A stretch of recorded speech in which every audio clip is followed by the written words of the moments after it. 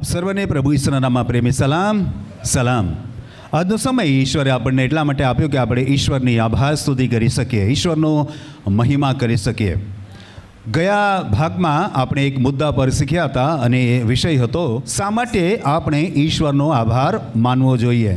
સાથે સાથે શીર્ષકમાં એ પણ આપણે કહ્યું હતું કે આભાર સ્તુતિ કરવાના કારણો કયા કયા એવા કારણો છે તે વિશે આપણે પ્રથમ ભાગમાં કેટલાક પોઈન્ટ જોયા હતા. પરમેશ્વરની આભાર સ્તુતિ કરવાના 10 કારણો એ આપણો મૂળ શીર્ષક છે. ગયા ભાગમાં આપણે 5 એવા કારણો વિશે જોઈ ગયા હતા. 5 કારણો આપણે બહુ ધ્યાનપૂર્વક અને બહુ સરળતાથી એ આપણે સમજી ગયા હતા. એ 5 કારણો કયા કયા છે એ કદાચ તમે ગયા ભાગને સાંભળ્યું ના હોય તો હું તમને પહેલાં કહી દઉં, પછી આજે 6, 7, 8, 9, 10 એટલે કે બાકીના 5 કારણો વિશે આજે આપણે શીખીશું. તો પહેલું જે આપણે કારણ જાણ્યું હતું કે પરમેશ્વરનો આભાર શા માટે માનવો જોઈએ, તો પહેલા કારણમાં આપણે શીખ્યા હતા કે પરમેશ્વરે આપણને મહામૂલા અનમોલ એવા માણસ બનાવ્યા છે. પરમેશ્વરે આપણને માણસ તરીકે જન્મ આપ્યો છે અથવા માણસ તરીકે પરમેશ્વરે આપણું સર્જન કર્યું છે. આપણા જીવનની સૌથી મોટી ઉપલબ્ધિ એ છે કે આપણે કોઈ પશુ નથી, પક્ષી નથી, કોઈ કીડા નથી, કોઈ મકોડા નથી, કોઈ સરપંટ નથી, પરંતુ આપણે ઈશ્વરની સર્વશ્રેષ્ઠ કૃતિ મનુષ્ય છે. એટલે આપણે ઈશ્વરનો આભાર માનવો કે ઈશ્વરે આપણને સર્વશ્રેષ્ઠ મનુષ્યનું જીવન આપ્યું છે. ત્યારબાદ આપણે બીજા કારણમાં જોયું હતું કે પરમેશ્વરના ન્યાયપણા એટલે કે રાઇચિયસનેસ એટલે કે એમની ભલાઈને લીધે આપણે પરમેશ્વરનો આભાર માનવો જોઈએ. આપણે બધા જ તમામ માનવ જાતિ પાપી છીએ, છતાં ઈશ્વર આપણને પ્રેમ કરે છે. એ ઈશ્વરની ભલાઈને માટે આપણે ઈશ્વરનો આભાર માનવો જોઈએ. એ આપણું બીજું કારણ હતું. ત્રીજું કારણ આપણે શીખ્યા હતા કે પરમેશ્વરે તેની પુષ્કળ કૃપાએ કરીને મને અને તમને સેઓલ એટલે કે હાદેસ અથવા ગહેન્ના અથવા નાશમાં જતા બચાવ્યા છે. માટે આપણે પરમેશ્વરની સ્તુતિ કરવી જોઈએ. આ દુનિયાની તમામ વસ્તુઓ નાશમાં જવાની છે. માણસનું શરીર પણ ધૂળ અને રાખમાં જવાનું છે. પણ કેટલી આનંદની વાત છે કે હું અને તમે પ્રભુ ઈસુ પર વિશ્વાસ કરીએ છીએ એટલે આપણો આત્મા નાશમાં નથી જવાનો, એ અનંત જીવન પામવાનો છે. એટલે આપણે ઈશ્વરનો આભાર માનવો જોઈએ. તાળી પાડીએ આપણે. ચોથું કારણ આપણે ગયા ભાગમાં શીખ્યા હતા કે ઈશ્વરના અદલ ન્યાય વચનો જે આપણને તારણની ખાતરી આપે છે તેને માટે આપણે પરમેશ્વરનો આભાર માનવો જોઈએ.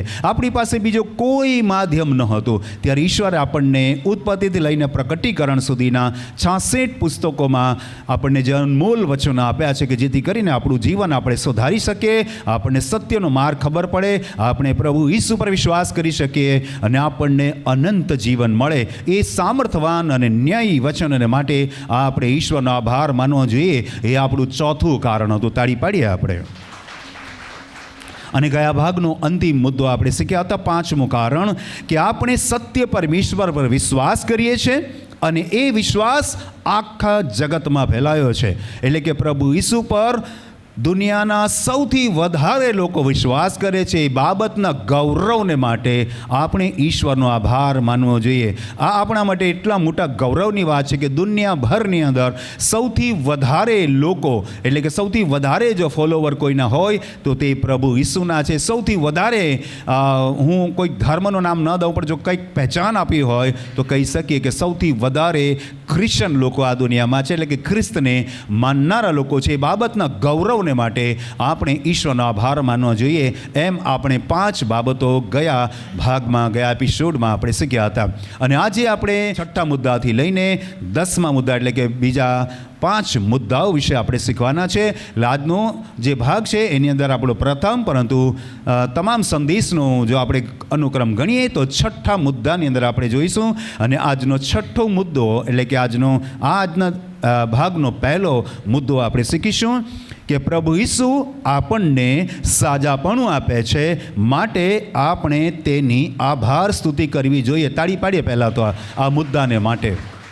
ભલા ભાઈ બહેનો, આપણે એના માટે એક વચન વાંચીએ, એનો આધાર લઈએ કે કેવી રીતે કોઈ વ્યક્તિ બીમારીમાંથી સાજાપણું પામ્યા પછી પરમેશ્વરનો આભાર માને છે યા એની આભાર સ્તુતિ કરે છે. તો એના બાબતને માટે આપણે બાઇબલમાંથી એ સંદર્ભ જોઈએ. લૂકની લખેલી સુવાર્તા તેનો 17મો અધ્યાય 11 થી 15 વચન હું આપની સમક્ષ વાંચું છું. ધ્યાનથી તમે સાંભળો. યરુસાલેમ જતા તે સમરૂન તથા ગાલિલમાં થઈને જતો હતો. એ ગામમાં તે પેઠો, એટલે 10 રક્તપિત્યા તેને સામા મળ્યા. તેઓએ વેગળા ઊભા રહીને ઘાંટો પાડીને કહ્યું કે, હે સ્વામી, અમારા પર દયા કર.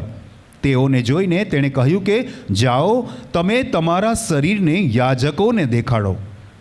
તેઓને રસ્તે ચાલતા ચાલતા શુદ્ધ કરવામાં આવ્યા. તેઓમાંનો એક પોતે સાજો થયો છે એ જોઈને મોટે ઘાટે દેવની સ્તુતિ કરતા પાછો ફર્યો.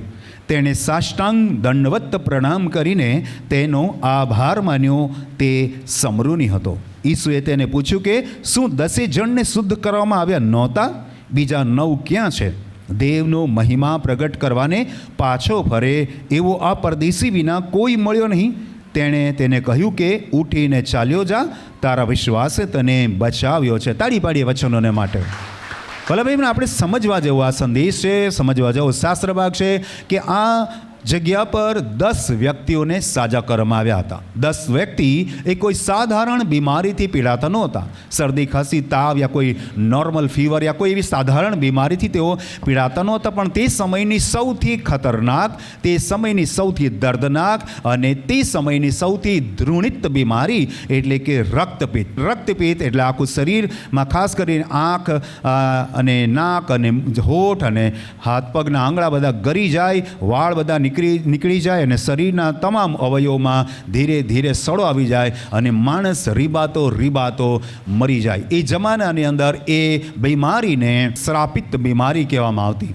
એટલે કે એ બીમારીથી માણસ, જે સામેનો માણસ છે એ બીમાર વ્યક્તિને ધૃણિત નજરથી જોતો, શ્રાપિત નજરથી જોતો અને એને ગામની બહાર કાઢી મૂકવામાં આવતા હતા. બહુ જ નફરતવાળી એ બીમારી હતી. એક વ્યક્તિ શારીરિક રીતે તો બીમાર છે, માનસિક રીતે તો બીમાર છે અને સાથે સાથે સામાજિક રીતે પણ એ હડસેલાઈ જાય છે અને ધિક્કારાઈ જાય છે. એવી પ્રકારની બીમારીનો કોઈ ઈલાજ મળતો ન હતો, કેમ કે એ બહુ ઘાતક, બહુ દર્દનાક અને બહુ ધૃણિત કરવાવાળી એ બીમારી હતી. અને એવા સમયમાં 10 રક્તપિત્યાઓ જાતભાત ભૂલીને એક એવા પ્રદેશની અંદર, જંગલની અંદર, વેરાનાની અંદર, યા નક્કી કરવામાં આવેલા સ્થાનની અંદર વેરાનામાં રહેતા હતા, જ્યાં કોઈ સારો માણસ યા સ્વસ્થ માણસ જતો નહોતો. એટલે લોકોએ પહેલાંથી નક્કી કરેલું કે આ એક એવી જગ્યા છે જે અપવિત્ર જગ્યા હોય યા બિહામણી જગ્યા હોય યા વેરાનાની જગ્યા હોય, ત્યાં એ રક્તપિત્યાને મોકલી દેવામાં આવતા હતા અને ત્યાં તેઓ રહેતા. પણ પ્રભુ ઈસુ એ માર્ગે થઈને જતા હતા. યરુસાલેમ જતા તે સમરૂન તથા ગાલિલમાં થઈને જતો હતો. ત્યારે માર્ગે એ જતા હતો ત્યારે 10 રક્તપિત્યા તેને દૂરથી એને પ્રભુ ઈસુને એમણે જોયા અને સામેથી બૂમ પાડી, કેમ કે રિવાજ હતો કે રક્તપિત્યાઓ કોઈ સારા માણસની પાસે તેઓ જઈ શકતા નહોતા. અને પ્રભુ ઈસુ તે સમયે સૌથી મોટા ગુરુ અને સૌથી મોટા ધર્મ ઉપદેશક હતા. અને એ સમયે કોઈ ગંદો વ્યક્તિ યા કોઈ આવી રીતે શ્રાપિત વ્યક્તિ, સામાજિક ધોરણે કહું છું, તો એ સામે ન જઈ શકે. એટલે દૂરથી તેમણે બૂમો પાડી અને લખ્યું છે, ઘાંટો પાડીને કહ્યું કે, હે સ્વામી, અમારા પર દયા કર. સામૂહિક રીતે તેમણે પોકાર કર્યો. તેઓ દર્દનાક બીમારીથી પીડાતા હતા, ભયંકર બીમારીથી પીડાતા હતા, શ્રાપિત બીમારીથી પીડાતા હતા, ધૃણિત બીમારીથી પીડાતા હતા. અને તેમણે પ્રભુ ઈસુને પોકાર કર્યો અને પ્રભુ ઈસુએ તેમને જોયા અને તેમને કહ્યું કે તમે મારી પાસે આવો, એના કરતાં તમે સીધા તમારા ધર્મગુરુઓની પાસે જાઓ. અને ત્યાંનો એવો રિવાજ હતો, તે સમય યહૂદી લોકોમાં એવો રિવાજ હતો, યા જે તે સમયના લોકોનો એવો રિવાજ હતો કે જ્યારે કોઈ સારા થવાના લક્ષણ દેખાય, અંદરની ઇમ્યુનિટી પાવરથી એ કદાચ સારો થઈ જાય, તો તેમણે યાજક સુધી પહોંચવાનું હતું અને યાજક એમને જુએ ને પછી 7 દિવસ સુધી એમને કોઠરીમાં બંધ રાખે, તો ક્વોરન્ટાઇન કરતાં એમને એકદમ અલગ રાખતા અને પછી થોડા દિવસ પછી, 7 દિવસ પછી એની ચકાસણી કરવામાં આવતી અને એ રોગ જો હજી બગડ્યો હોય તો પાછા એમને જે તે જગ્યા પર મોકલી દેવામાં આવતા. પણ કદાચ એમના શરીરમાં કોઈ ફરક દેખાતો હોય યા કોઈ સારા લક્ષણ દેખાતા હોય તો હજી થોડા દિવસ એમને 7 દિવસ યા 14 દિવસ યા 28 દિવસ એમ હજી એમને ક્વોરન્ટાઇન કરવામાં આવતા હતા.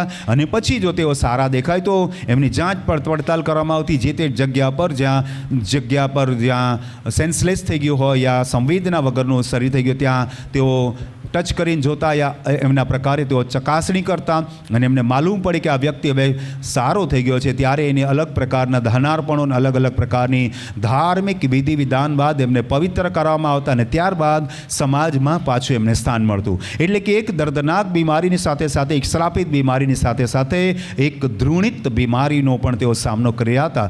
10 લોકો હતા ને એમણે બૂમો પાડી અને પોકાર કર્યો. 14મું વચન આપણે વાંચીએ. તેઓને જોઈને તેણે કહ્યું કે જાઓ, તમે તમારા શરીરને યાજકોને દેખાડો. તેઓને રસ્તે ચાલતા ચાલતા સાજા કરવામાં આવ્યું નથી લખ્યું.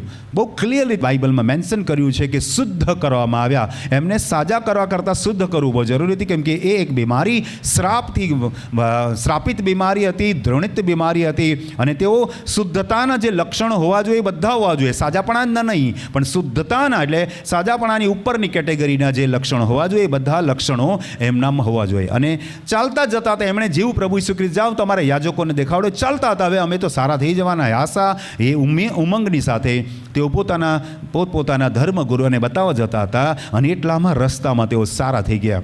એટલું જ નહીં, શુદ્ધ થઈ ગયા. તેઓમાંનો એક પોતે સાજો થયો છે એ જોઈને મોટે ઘાટે દેવની સ્તુતિ કરતો પાછો ફર્યો. તાળી પાડીએ આપણે હાલેલુયા. પ્રભુ ઈસુએ તેમને આજ્ઞા કરી કે તમે પોતપોતાના યાજકોને બતાવો અને તમે પાછા તમારા ગામમાં જઈ શકો છો. પરંતુ નહીં, 10માંનો એક વ્યક્તિએ પોતાના શરીરને જોયું, બધાએ પોતાના શરીરને જોયું, પણ એક વ્યક્તિએ જોયું તો પોતે સાજો હતો અને એણે ધર્મગુરુની પાસે યા યાજકની પાસે જવા કરતાં પ્રભુ ઈસુની પાસે જવું મુનાસિબ માન્યું, બહેતર માન્યું અને એ પાછો ફર્યો. અને પાછો ફરતાની સાથે શું કર્યું? લખ્યું છે તેઓમાંનો એક પોતે સાજો થયો છે જોઈને મોટે ઘાટે દેવની સ્તુતિ કરતો પાછો ફર્યો. પહેલાં તો ઈશ્વર પિતાનો આભાર માન્યો. આપણે પણ ઈશ્વર પિતાને માટે તાળી પાડીએ આપણે. અને ત્યારબાદ 16મા વચનમાં વર્ણન લખ્યું છે, તેણે સાષ્ટાંગ દંડવત પ્રણામ કરીને તેનો આભાર માન્યો. સાષ્ટાંગ દંડવત પ્રણામ કરવાનો મતલબ, જે રીતે આપણા હાથમાં એક દંડ એટલે લાકડી હોય અને આપણે એને છોડી દઈને જેમ સીધી એ ધબાક કરીને એ જમીન પર પડે, એટલે કે સીધે સીધી એ જમીન સાથે જ પડી જાય, તે જ રીતે એક વ્યક્તિ જાણે કે પોતાનું ભાન ભૂલીને સીધે સીધો એ પ્રભુ ઈસુના ચરણોમાં પડે, એને દંડવત કહેવાય. એટલે કે લાકડી ફેંકી દઈએ, એમ છોડી દઈએ અને જે રીતે એની ગતિથી એ ત્વરિત ગતિથી પડી જાય, એ જ રીતે એ સાધુ થયેલો વ્યક્તિ પ્રભુ ઈસુની સમક્ષ દંડવત એટલે લાકડીની સમાન એ પડી ગયો. અને શું લખ્યું છે? દંડવત પ્રણામ કરીને તેનું શું કર્યું? એણે આભાર માન્યો. તાળી પાડીએ આપણે હાલેલુયા.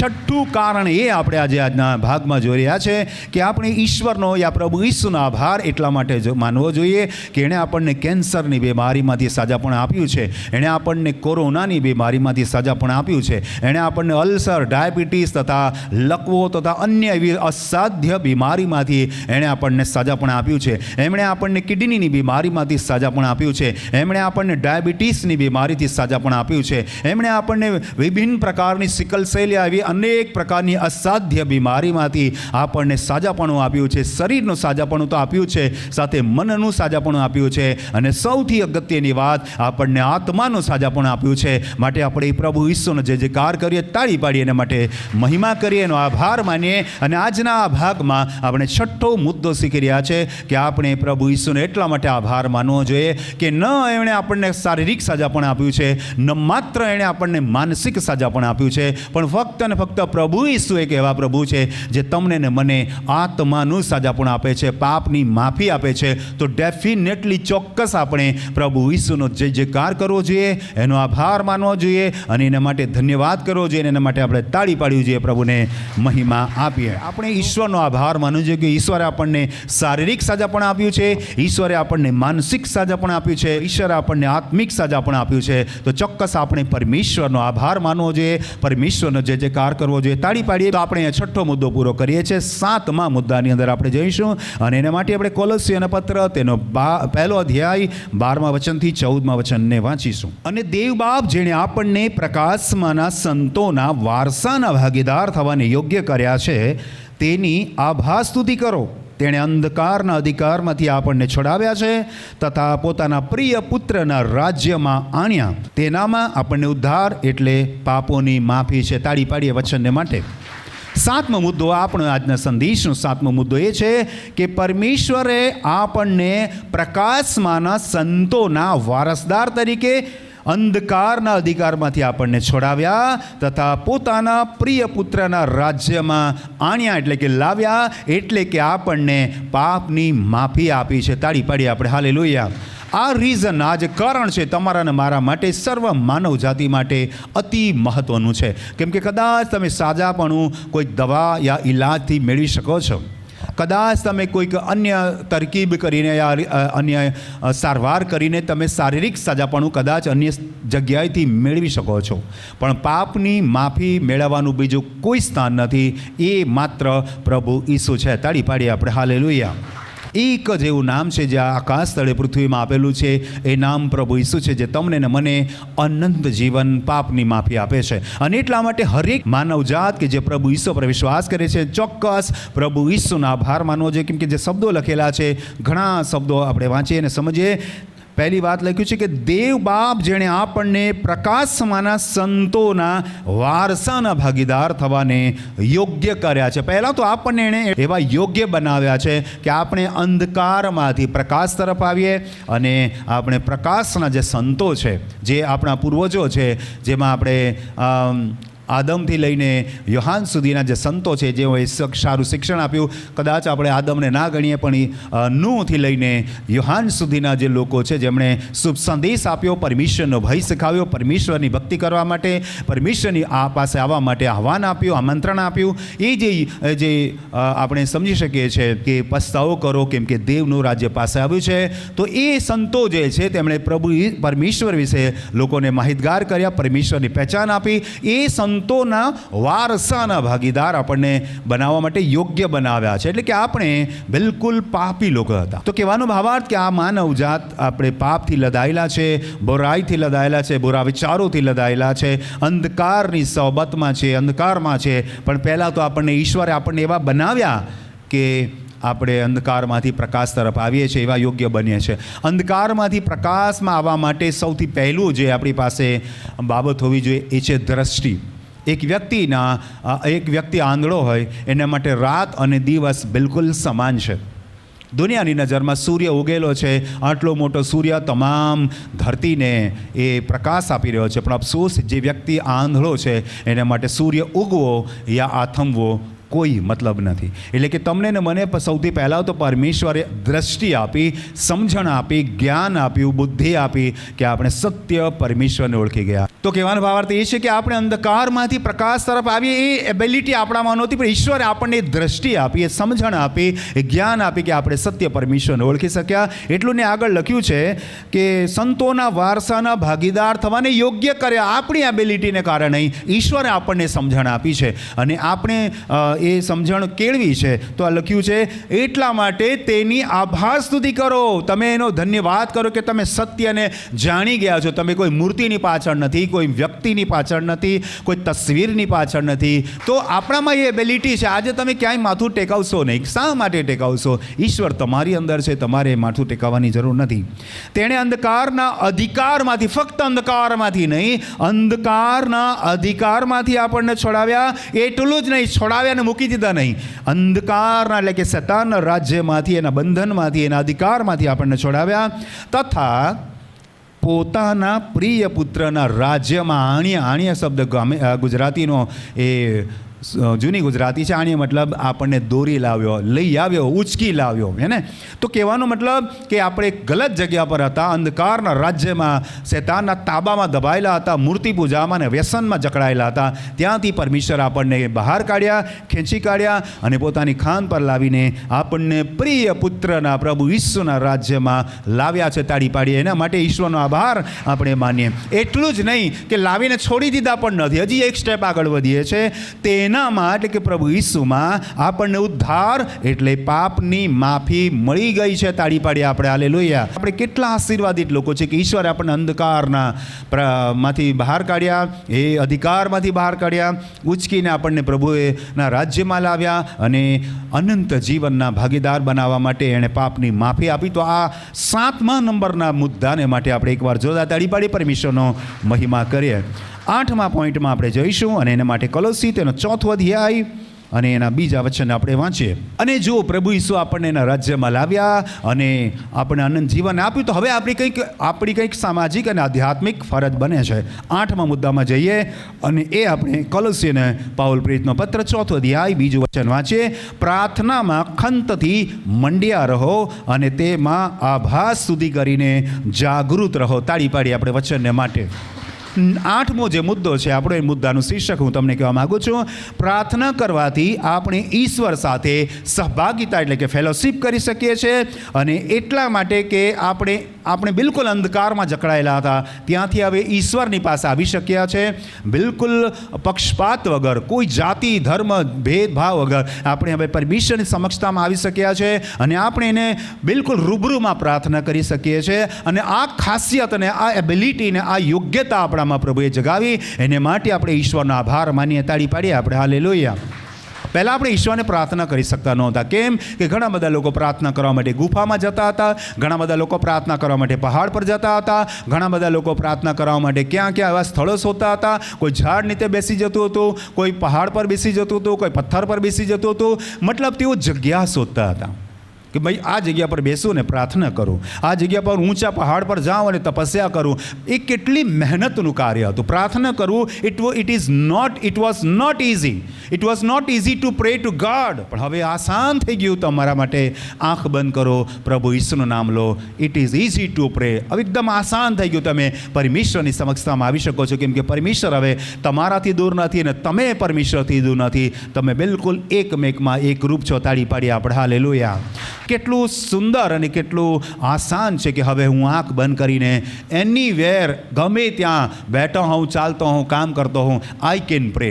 લુક અને 18મો અધ્યાય પહેલું વચન કહે છે, સર્વદા પ્રાર્થના કરો. I can pre any time and anywhere. તાળી પાડીએ આપણે. હાલેલુયા. હવે કોઈ બાઉન્ડ્રીઝ નથી. પણ પ્રભુ ઈસુ પાસે જો તમે ન હતા ત્યારે તમારે નિશ્ચિત તિથિ પ્રમાણે ચાલવું પડતું હતું, નિશ્ચિત વાર પ્રમાણે ચાલવું પડતું હતું, નિશ્ચિત ટાઈમ પ્રમાણે પ્રાર્થના કરવી પડતી હતી. પણ પરમેશ્વર તમારા પર એટલી અજાયબ કૃપા કરી કે તમે હવે અડધી રાતે પણ પ્રાર્થના કરી શકો છો. કોઈ વસ્તુની જરૂર નથી, કોઈ દીવાની જરૂર નથી, કોઈ અગરબત્તીની જરૂર નથી, કોઈ મીણબત્તીની જરૂર નથી, કોઈ અન્ય સાધન સામગ્રીની જરૂર નથી. મારું મન, મારા વિશ્વાસ, મારા ભાવની જરૂર છે. તાળી પાડીએ આપણે. હાલેલુયા. અને એટલે મારે ઈશ્વર આભાર માનું છું. પ્રભુ તે મારા માટે બંદગી કરવી, આભાર માનવો, પ્રાર્થના કરવી, દુઆ કરવી, પ્રેયર કરવી આસાન બનાવી દીધી. પ્રભુ કેટલો ધન્યવાદ અને આપું. પ્રભુ આસાન થઈ ગયું. નહીં તો પહેલાં એવું આપણે નહોતા કરી શકતા. તો આ બહુ મહત્ત્વનો મુદ્દો આપણે 8મું શીખી રહ્યા છે કે આપણે હવે એવી છૂટછાટ આપણને મળી ગઈ છે કે એનીવેર, ગમે તે જગ્યા પર એન્ડ એની ટાઈમ, ગમે તે સમયે આપણે પ્રાર્થના કરી શકીએ છીએ. ને ઈશ્વર સાથે આપણે સહભાગિતા, ફેલોશિપ કરી શકીએ છીએ. ફિલિપી તેનો 4 અધ્યાય 4 વચનથી આગળ વાંચીએ આપણે. પ્રભુમાં સદા આનંદ કરો. હું ફરીથી કહું છું કે આનંદ કરો. કેટલું આસાન થઈ ગયું આનંદ કરો. પહેલાં આપણે રડતા હતા, કકડતા હતા, બીમારીઓથી, સમસ્યાઓથી, પાપની મુક્તિ નહોતી મળતી. એટલે દોષ ભાવના હોવાને કારણે, માનસિક તણાવને કારણે, કરજાઓને કારણે, ચિંતાઓને કારણે ઓલવેઝ વી આર વરીડ. કેટલી બધી નકારાત્મક વલણ લઈને આપણે ચાલતા. પણ ના આવો, જ્યારે આપણે પ્રભુ ઈસુ પર વિશ્વાસ કરીએ છીએ, હર સમયે, હર ઘડીએ આપણે આનંદિત રહીએ છીએ. કેમ કે વી believe that God with us. આપણે વિશ્વાસ કરીએ છીએ કે પ્રભુ ઈસુ આપણી સાથે છે. સુખમાં અને દુઃખમાં તે આપણી સાથે છે. તાળી પાડીએ આપણે. હાલેલુયા. પ્રભુમાં સદા આનંદ કરો. હું ફરીથી કહું છું કે આનંદ કરો. તમારી સહનશીલતા સર્વ માણસોના જાણવામાં આવે. હવે તમે સહન કરતા શીખી ગયા છો. હવે તમે દુઃખ લઈને માથે દુઃખને બેસાડીને રડતા નથી. તમે સામનો કરો છો. તમે હિંમતવાન બની ગયા છો. કેમ કે તમારો વિશ્વાસ હવે કોઈ તસવીર યા કોઈ મૂર્તિ પર નથી. તમારો વિશ્વાસ જીવતા જાગતા પ્રભુ ઈસુ પર છે. તાળી પાડીએ આપણે. હાલેલુયા. અને એટલા માટે હવે હર ઘડી તમે આનંદ કરતા શીખી ગયા છો. હવે તમને દુઃખ અને તકલીફ માથા પર બેસી નથી જતી, પણ તમે સામનો કરનારા હિંમતવાન બની ગયા છો અને સાથે સાથે સહનશીલ પણ બની ગયા છો. લખ્યું છે તમારી સહનશીલતા સર્વ માણસોને જાણવામાં આવે. કેમ કે તમે જાણો છો કે પ્રભુ પાસે છે. God is near, Lord is near. પરમેશ્વર મારી સાથે છે. હવે ત્યાં એટલા પેલા પહાડ પર નથી પ્રભુ. હવે પેલા 7મા આસમાનમાં નથી. હવે પેલા નક્ષત્રોમાં નથી પ્રભુ. હવે પેલા નદી નાળામાં નથી. હવે ગુફાઓમાં નથી. તમે બિલીવ કરો છો, તમે વિશ્વાસ કરો છો કે પ્રભુ મારી પાસે છે. God is near me, God is with me. Immanuel એટલે કે પરમેશ્વર મારી સાથે છે. એ વિશ્વાસ તમે કરો છો. તાળી પાડીએ આપણે. હાલેલુયા. સુખમાં તે મારી સાથે સાથે છે, બોલો, સુખમાં તે મારી સાથે છે અને દુઃખમાં પણ તે મારી સાથે છે. તાળી પાડે પ્રભુ ઈશ્વરને માટે. કશાની ચિંતા ન કરો, પણ દરેક બાબતમાં પ્રાર્થના તથા વિનંતી વડે આભાર સ્તુતિ સહિત તમારી અરજો દેવને જણાવો. કશાની ચિંતા ન કરો, પણ દરેક બાબતમાં, સુખના, દુઃખના, તકલીફના, ખુશીના, હરેક બાબતમાં શું કરો? પ્રાર્થના કરો, વિનંતી કરો અને શું લખ્યું છે આગળ? આભાર સ્તુતિ કરો. તાળી પાડીએ આપણે hallelujah. That means as a believer, as a વિશ્વાસુ વ્યક્તિ, ક્રિશ્ચન શબ્દ હું નથી વાપરતો generally, as a believer, as a વિશ્વાસુ વ્યક્તિ, એક વિશ્વાસુ વ્યક્તિ તરીકે મારા માટે કેટલું આસાન થઈ ગયું કે પ્રભુ મારી આ તકલીફ છે તું દૂર કરી દે છે. પ્રાર્થના કરો તો ઈશ્વર તમારા માટે કરવા તૈયાર છે. તમારી પાસે બે સિક્કાની બાજુ હોય છે, વિશ્વાસ અને પ્રાર્થના. અહીંયા લખ્યું છે કશાની ચિંતા ન કરો, પણ દરેક બાબતમાં પ્રાર્થના, વિનંતી તથા આભાર પણ માની લો. પ્રભુ થેન્ક યુ, તે મારા માટે કરી દીધું. કેટલું અદ્ભુત થઈ ગયું કે આપણે આભાર પણ પહેલાં જ માની લઈએ છીએ. એટલી અદ્ભુત બાબતો ઈશ્વરે તમારા માટે આપી છે. તાળી પાડીએ આપણે. આભાર સ્તુતિ સહિત તમારી અરજો દેવને જણાવો, બીજા કોઈને જણાવવાની જરૂર નથી. જ્યારે આપણે પ્રાર્થના કરીએ છીએ, વિનંતી કરીએ છીએ, આભાર માની છે, શું થાય છે? ચિંતામાં હતા ને આપણે, હવે જુઓ કેવું થાય છે. અને દેવની શાંતિ જે સર્વ સમજશક્તિની બહાર, જેને તમે સમજી પણ નહીં શકો, કાઉન્ટ નહીં કરી શકો, એનું વર્ણન ન કરી શકો, અવર્ણનીય, અતુલ્ય, એકદમ એને કોઈ વર્ણન ના કરી શકાય એવી અદ્ભુત શાંતિ, દેવની શાંતિ જે સર્વ શક્તિની બહાર છે, તે ખ્રિસ્ત ઈસુમાં તમારા હૃદયોની તથા મનોની સંભાળ રાખશે. તાળી પાડીએ આપણે હાલેલુયા. એટલે કે પ્રાર્થના કરવાથી તમે દેવની સહભાગિતા માણી શકો છો. પ્રાર્થના કરવાથી તમે ચિંતામુક્ત થઈ શકો છો. પ્રાર્થના કરવાની સાથે તમે દેવની સાથે વાતચીત કરી શકો છો. પ્રાર્થના કરવાથી તમને દેવની શાંતિ મળે છે. અને પ્રાર્થના કરવાથી તમારા હૃદય અને મનની અંદર પણ પ્રભુ તમને શાંતિ આપે છે. દેટ મીન્સ જે તમે વિચલિત મનના છો, દુઃખી મનના છો, અંદરથી વિચલિત અને વિહવળ છો, એ બધું દૂર થઈ. દેટ મીન્સ દુઃખનું કારણ જતું રહેશે. દુઃખનું કારણ જતું રહેશે. દેટ મીન્સ પ્રાર્થના કરવાથી કેટલું મોટું પીઠબળ તમને મળે છે. એના માટે આપણે પરમેશ્વરનો આભાર માનીએ. તાળી પાડીએ, આપણે પ્રભુને મહિમા આપીએ. તો 8 મુદ્દાઓ આપણે અહીંયા પૂરા કરીએ છીએ. આ સંદેશના અંતિમ વિભાગમાં છે 9 અને 10મો, એ 2 પોઈન્ટ આપણે શીખીને આજના સંદેશને આપણે સમાપ્ત કરીશું. 1 કોરિન્થી તેનો 14મો અધ્યાય 15 થી 18 વચન આપણે માટે વાંચું છું. કેમ કે જો હું અન્ય ભાષામાં પ્રાર્થના કરું તો મારો આત્મા પ્રાર્થના કરે છે ખરો, પણ મારી સમજ શક્તિ નિષ્ફળ છે. તો શું હું આત્માથી પ્રાર્થના કરીશ ને સમજ શક્તિથી પણ પ્રાર્થના કરીશ? આત્માથી ગાઈશ ને સમજ શક્તિથી પણ ગાઈશ. નહીં તો જો તું આત્માથી સ્તુતિ કરીશ તો ત્યાં બેઠેલો અભણ માણસ તારી અવાજ સુધી સાંભળીને આમીન સી રીતે કહેશે? કેમ કે તું શું કહે છે એ તે સમજતો નથી. કેમ કે તું સારી રીતે આભાર સ્તુતિ કરે છે ખરો, પણ તેથી બીજાની ઉન્નતિ થતી નથી. તમે સર્વ કરતાં મને વધારે ભાષાઓ બોલતા આવડે છે, એ માટે હું દેવનો આભાર માનું છું. તો પણ મંડળીમાં અન્ય ભાષામાં 10,000 શબ્દો બોલવા કરતાં બીજાઓને પણ શીખવવાને 5 શબ્દ પોતાની સમજશક્તિથી બોલવાનું હું વધારે પસંદ કરું છું. તાળી પાડીએ આપણે હાલેલુયા. તમારી અંદર ઈશ્વરે એવી યોગ્યતાઓ બનાવી છે કે તમે પ્રકાશના સંતોના ભાગીદાર થઈ ગયા, દેવના રાજ્યમાં આવ્યા. ઈશ્વરે તમને પાપની માફી આપી, તમે હવે પ્રાર્થના કરતા થઈ ગયા, તમે હવે સમજદાર બની ગયા. પરમેશ્વરે તમારા દુઃખ દૂર કર્યા, પરમેશ્વરે તમારા હૃદય મનની સંભાળ લીધી. તો હવે તમારી અંદર એક નવું કેરેક્ટર પનપી રહ્યું છે. તમારા જીવનમાં એક નવું વ્યક્તિત્વ ખીલી રહ્યું છે. તાળી પાડીએ આપણે હાલેલુયા. અત્યાર સુધી તમે જૂના માણસપણામાં જીવતા હતા, જૂના ચરિત્ર પ્રમાણે જીવતા હતા, જૂની સમજણ અને જૂની પરંપરાઓ પ્રમાણે જીવતા હતા. પણ હવે તમારે એ જૂની પ્રથાઓ અને પરંપરાઓ પ્રમાણે નથી ચાલવાનું. બરાબર છે? હવે તમારે આધ્યાત્મિક દ્રષ્ટિકોણથી ચાલવાનું છે. એટલે કે આ દુનિયામાં તમે રહો છો એટલે સમજ શક્તિથી પણ ચાલવાનું છે. અને આ દુનિયામાં તમે જ રહો છો તો તમારી અંદર એક આત્મા છે, તો આત્માથી પણ ચાલવાનું છે. ઘણા બધા લોકો દુનિયાદારી પ્રમાણે અથવા સમજશક્તિ પ્રમાણે બહુ સારું ચાલી રહ્યા છે, પણ અફસોસ તેઓ આત્મિક રીતે સારું નથી ચાલી રહ્યા. પણ તમારી અંદર એક વિશેષતા છે કે તમે સમજશક્તિથી તો ચાલો જ છો, પણ સાથે સાથે તમે આત્માથી પણ ચાલો છો. તો અહીંયા પાઉલ પ્રેરિત કેટલી સરસ વાત કરી, એ પ્રમાણે તમે પણ આત્મિક દાનો પ્રાપ્ત કરવાને ઉત્સુક છો. હાલેલુયા. તમે ઉત્સુક છો, તમે ઉત્સુક થશો નથી લાગ્યું, તમે ઉત્સુક બનો, આત્મિક રીતે જાગૃત બનો, એ જરૂરી છે. અને એના માટે તમે આભાર સ્તુતિ કરો કે પ્રભુએ તમને ધાર્મિક નહીં આત્મિક બનાવ્યા છે. તાળી પાડી આપણે હાલેલુયા. અને એટલા માટે જે દૈહિક મન છે ને એ ઈશ્વર પ્રત્યે વેર છે, અને આધ્યાત્મિક વ્યક્તિ જ પરમેશ્વરને ખુશ કરી શકે છે. પહેલો તિમોથી તેનો 1 અધ્યાય અને 12મું વચન વાંચીને આપણે 10મો મુદ્દો શીખીએ. શું લખ્યું છે? મને સામર્થ્ય આપનાર આપણા પ્રભુ ઈસુ ખ્રિસ્તનો હું આભાર માનું છું, કેમ કે તેણે મને વિશ્વાસુ ગણીને પોતાની સેવામાં દાખલ કર્યો. તાળી પાડી આપણે હાલેલુયા.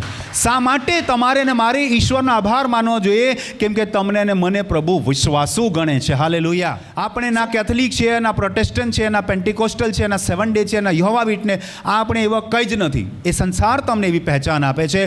10મો પોઈન્ટ તમને હલાવી દેશે. You are A believer. હવે તમે વિશ્વાસુ છો. તાળી પાડી આપણે હાલેલુયા. દુનિયા તમને ખ્રિસ્તી તરીકે ઓળખવા દો, એમનું કામ એ કરે. તમે કેવા કપડાં પહેર્યા છે, તમારું નામ શું છે, તમારો દેશ કયો છે, તમારો ધર્મ કયો છે, તમારી જાતિ કઈ છે, એની સાથે ઈશ્વરને કોઈ લેવા દેવા નથી. ઈશ્વરને લેવા દેવા છે તમારા હૃદય, મન, વિશ્વાસની સાથે. તાળી પાડી આપણે હાલેલુયા. અને આ 10મી બાબત મને બહુ ગમે છે કે આ બધું જ છે, પણ એની સાથે હું એક વિશ્વાસુ વ્યક્તિ છું. મારી એક વિશેષ પહેચાન છે. પ્રભુએ મને એક પાપીમાંથી એક વિશ્વાસુ બનાવ્યો. એ પહેચાનને માટે હું દેવનો આભાર માનું છું. તાળી પાડી આપણે. બસ આ મોટા મોટી ઓળખાણ તમારી છે તો તમે ધન્ય વ્યક્તિ છો, તમે વિશ્વાસુ વ્યક્તિ છો, અને એ તમારી ઓળખાણને માટે આપણે પરમેશ્વરનો આભાર માનીએ. અને જો તમે પ્રભુ ઈસુ પર વિશ્વાસ કરો છો તો આ અંતિમ વચન દરેક વ્યક્તિ બાઇબલમાં ઉઘાડવું પડશે, દરેક વ્યક્તિ અંગીકાર કરવો પડશે. વાંચીએ આપણે પ્રકટીકરણ તેનો 7મો અધ્યાય 9મા વચનથી લઈને 12મા વચન સુધી આ આપણે બધાએ સાથે મળીને વાંચવાનું રહેશે. આજના સંદેશનું અંતિમ વચન છે, અને આ તમારો ને મારો અંગીકાર છે, તમારી ને મારી ફરજ છે, અને આ આપણે વાંચવું પડશે. પ્રકટીકરણ છેલ્લો પુસ્તક છે, અને આ છેલ્લા પુસ્તકના અંતિમ વચનો આપણે વાંચી રહ્યા છે આજના સંદેશના. અને 7મો અધ્યાય પ્રકટીકરણ 9, 10, 11, 12 વચન વાંચીને આજનો સંદેશ આપણે સમાપ્ત કરીશું. 12મા વચનમાં 9મા વચનમાં લખ્યું છે, 7મા અધ્યાયના 9મા વચનથી, આ બનાવ બન્યા પછી મેં જોયું તો જુઓ સર્વ દેશોમાંથી આવેલા. તાળી પાડીએ આપણે હાલેલુયા. સર્વ કુળના. તાળી પાડીએ આપણે પ્રભુ ઈશ્વરના માટે. સર્વ લોકના. તાળી પાડીએ આપણે. તથા સર્વ ભાષાના. તાળી પાડીએ આપણે. કોઈથી ગણી શકાય નહીં એટલા માણસોની એક મોટી સભા. તાળી પાડીએ આપણે.